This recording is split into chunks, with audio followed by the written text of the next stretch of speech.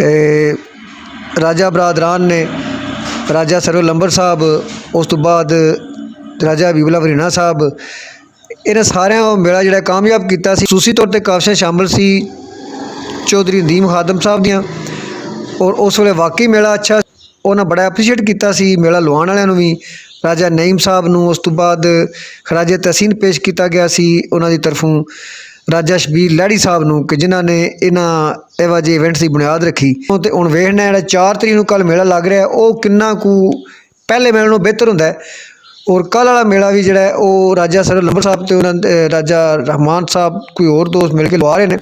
तो इंशाअल्लाह कल पता लगेगा कौन कौन मेला लवा रहा है और कैसा मेला लग्या, कितनी पब्लिक आई है। तो नाज़रीन की गुजारिश है कि सारे लोग को मेला वेखण आओ।